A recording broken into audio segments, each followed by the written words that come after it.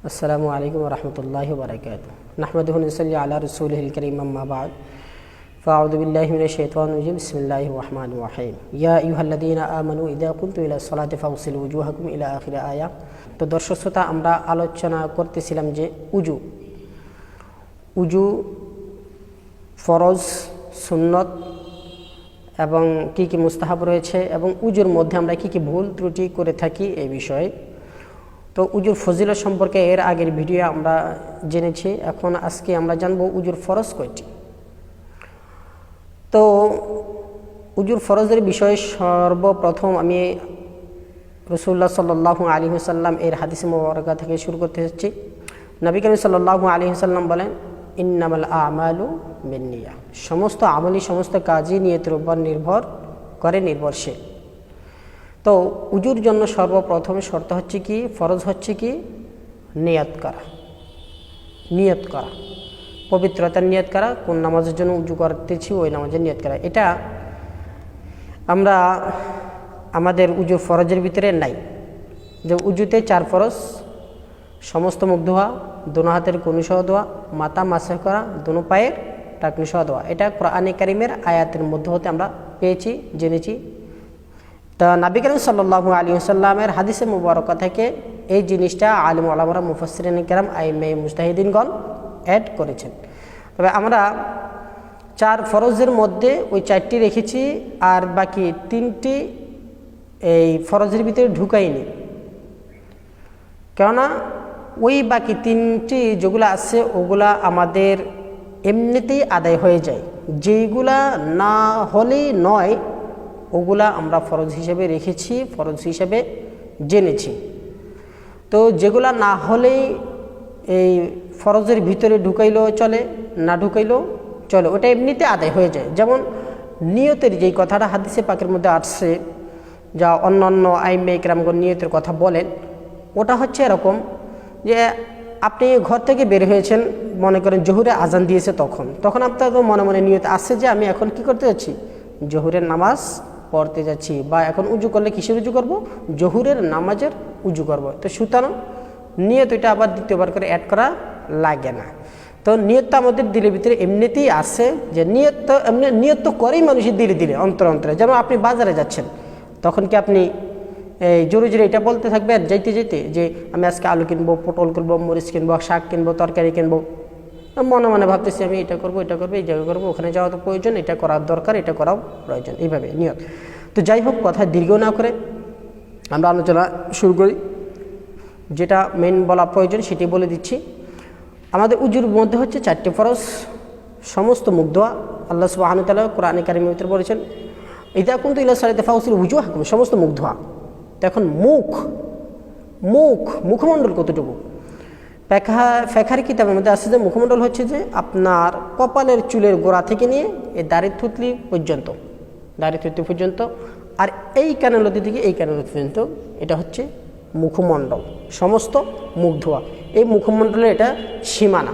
অনেকে বলে কপাল থেকে, কপালের নিচ থেকে, বা কপাল থেকে না, অনেকজনের কপালের সাইজ এক এক রকম হয়ে থাকে, কারো বড়, কারো একটু চিপলা, কারো একটু চ্যাপটা, এরকম হয়ে থাকে। তো বলতে হচ্ছে চুলের গোড়া থেকে নিয়ে দাড়ির নিচ পর্যন্ত, এই কানেলতি থেকে নিয়ে এই পর্যন্ত, এটা হচ্ছে কি, মুখের সীমানা। তো সমস্ত মুখ ধোয়া সর্বপ্রথম ফরজ। সমস্ত মুখ আমাদেরকে সুন্দর করে ভালোভাবে ধুতে হবে।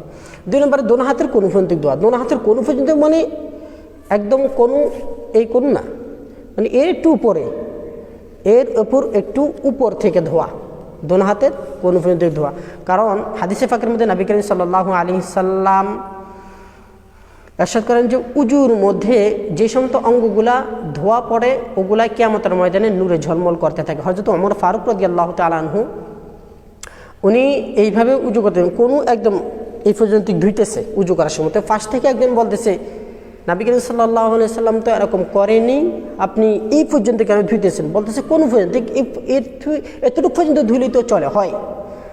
তখন তিনি বললেন, তুমি যেহেতু প্রশ্নটা করেছো, আমি চাইছিলাম এই কথাটা কেউ বলবো না, এটা আমার ব্যক্তিগত জিনিস, ব্যক্তিগত আমল, গোপন আমল।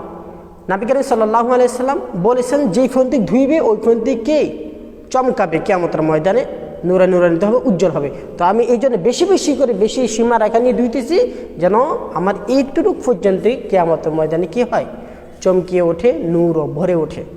যাই হোক, 2 নম্বরে ফরজ সালাম কি, কোনো দিক ধোয়া, কোনো উপর দিক দিতে হবে, কোনো যেন এটা কোনো সীমানার মধ্যে চলে আসে। তারপরে আসছে মাথা মাসে করা। 3 নম্বরে মাথা মাসে করা। মাথা মাসে করার ক্ষেত্রে এই সুন্নত তরিকা মাথা মাসে হচ্ছে এইভাবে, এই 3 আঙ্গুল, এই হাতের 3 আঙ্গুল এইভাবে নিয়ে চলে গোড়া থেকে শুরু করবো আমরা। শুধু এই 3 আঙ্গুলের এতটুক লাগবে। সুন্নত তরিকা আমরা আপনাদেরকে দেখাচ্ছি। এটা দ্বারা ফরজ পুরোপুরি আদায় হয়ে যাবে। ফরজ আদায় হয়ে গেলে সুন্নত আদায় হয়ে গেল। একদম শেষে নিয়ে আসবো আমরা, একদম একদম এই পিছনে চুলার সীমার আগে একদম শেষ পর্যন্ত নিয়ে আসবো। তারপরে এই হাতের এই যে পিঠ, এই প্যাডটা রয়েছে, এই প্যাডটা দিয়ে এইভাবে টান দেব। এইভাবে টান দেওয়ার পরে বাকি রইল এই 2 আঙ্গুল, এই হাতে 2 আঙ্গুল, এই হাতে 4 আঙ্গুল, এটা কানের মধ্যে ভরে দিয়ে, আর এই বুড়ো আঙ্গুলের এই প্যাড দিয়ে কানের পিঠকে এইভাবে দিয়ে, তারপরে এই পিঠ এইভাবে দিবেন, এইভাবে গেটির সাথে বাজিয়ে দিব। এইভাবে আমরা অনেকেই এই সাইড এটা দিয়ে এইভাবে করি, এরকম না, এইভাবে আস্তে বাস টাচ করে দিছি, এইভাবে লাগিয়ে দিছি। সুন্নত আদায় হয়ে গেছে, ফরজও আদায় হয়ে গেছে। আর মা বোনরা আমরা যারা আছি, আমাদের মা বোনদের অনেকে চুলে খোফা থাকে, অনেক সময় আমরা উজু করার সময় যখন মাথা মাসেহ করব, তখন চুলের খোপা পুরোটা খোলার প্রয়োজন আমাদের নাই। আমাদের এইভাবে হাত দিয়ে একদম খোপা মানে যতটুকু যাওয়া সম্ভব হয় আর কি, এতটুকু নিয়ে আবার পিছন থেকে এনে বাকি কাজ ওইভাবে সেরে ফেলব। এরপরে আসতেছে উজুর ফরজের মধ্যে 4 নম্বর হচ্ছে দোনো পায়ের টাকনু সহ ধোয়া। দোনো পায়ের টাকনু পর্যন্ত ধোয়া। তো দোনো পায়ের টাকনুর মধ্যে এখানে আমরা অনেক সময় একটাই আমাদের অজান্তে হয়ে যায় যে পায়ের পিছনে মুড়ি, যেটাকে বলি মুড়ির উপরে এই টানা রগটার এই সেটে, ডান সেটে বাম সেটে যেটা খালি জায়গার মতো থাকে, ওই জায়গাটা অনেক সময় শুকনো থেকে যায়। বিশেষ করে শীতকালে শুকনো থাকার সম্ভাবনা আর বেশি থাকে। তা আমরা ওই জায়গাটা ভালোভাবে ডলে ধুয়ে ফেলার চেষ্টা করবো। এমনিভাবে কোনুর এই জায়গাটাও আমরা অনেক সময় শুকনো থেকে যায়, আমাদের অজান্তে থেকে যায়, এইভাবে এটা ধুয়ে ফেলার জন্য চেষ্টা করবো ইনশাআল্লাহ। এরপর আসতেছে হাত, এই পা যখন আমরা ধুবো, পা যখন ধুইব তখন আঙুল মাসে করতে হবে, আঙুল খিলেল করতে হবে, ভালো করে খিলেল করতে হবে। এইভাবে ডান হাত বাম হাতের কেন্দ্র আঙ্গুল দিয়ে ডান পায়ের কেন্দ্র আঙ্গুল থেকে শুরু করবে খিলেল আমরা, এইভাবে তারপরে বাম পা এইভাবে খিলাই করে নিব আমরা। যাই হোক, এটা সুন্নতের মধ্যে চলে যাচ্ছে, এটা ফরজের ভিতরে আসছে বিদায় বলে দিলাম। তো এখন বাকি রইল কিছু ফেকার কিতাব, আরও কিছু মাসালা এরকম অ্যাড আছে যে উজুর ফরজের সম্পর্কে, যে নবী করিম সাল্লাল্লাহু আলাইহি সাল্লাম যেই তরতিবে উজু করেছেন, রাসূল সাল্লাল্লাহু আলাইহি সাল্লাম যেই নিয়মে যেই পদ্ধতিতে উজু করেছেন, ওই পদ্ধতি উজুর তরতিবর উজু করা, ওটাকে তরতিবর উজু করাটাকে ফরজ বলেছেন অনেকে। তরতিবর উজু করা, একদম তরতিবের সাথে আগে প্রথমে হাত ধুইছে, তারপরে তারপরে মুখ 3বার করে যেভাবে দিছে, মানে একটার পরে একটা আগে গিয়ে ঠ্যাং দিয়ে দিলাম, হবে না।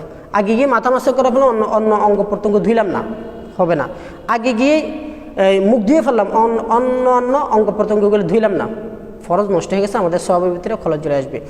এরপরে আসতেছে উজুর ফরজের মধ্যে 7 নম্বরে যে জিনিসটা আসতেছে ওইটা হচ্ছে সেটি হচ্ছে যে উজু হাত ধুইছি বা মুখ ধুইছি, এই মাথা ধুইছি, মাথা মাসে করেছি, করার পরে এরপর উজু চলে গেলাম, অন্য জায়গায় কাজকর্ম করে এসে আবার এরপর থেকে আবার উজু শুরু করে দিলাম, এরকম করাটা ঠিক নয়।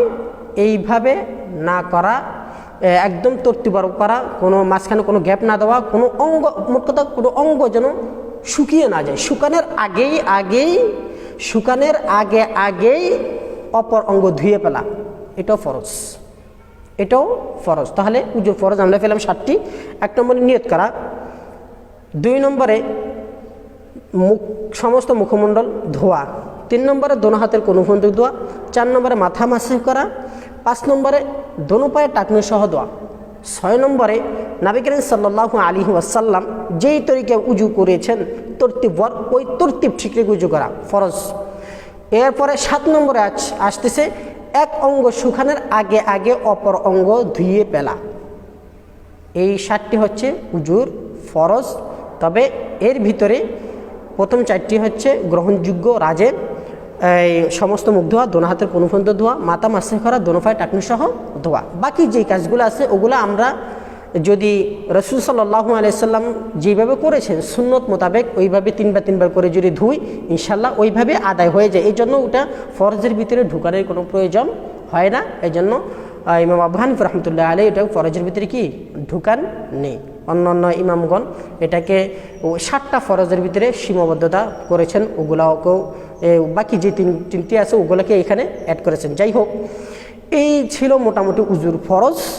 আমি আপনাদেরকে যথাসম্ভব পুরোপুরি বলে দেওয়ার বুঝানোর চেষ্টা করেছি। যদি এর ভিতরে কোনো ভুল ত্রুটি হয়ে থাকে দোয়া করবেন যেন আল্লাহ পাক রব্বুল আলামিন আমাকেও আপনাকে যেন ক্ষমা করে দেন। যাই হোক, আল্লাহ পাক রব্বুল আলামিন আমাদেরকে সকলকে সঠিকটা বোঝার মতো তৌফিক দান করুক, সঠিক জ্ঞান আমাদেরকে অর্জন করার তৌফিক দান করুক। ওয়া আখিরু দাওয়ানা আলহামদুলিল্লাহি রাব্বিল আলামিন। আসসালামু আলাইকুম ওয়া রাহমাতুল্লাহ। খোদা হাফেজ।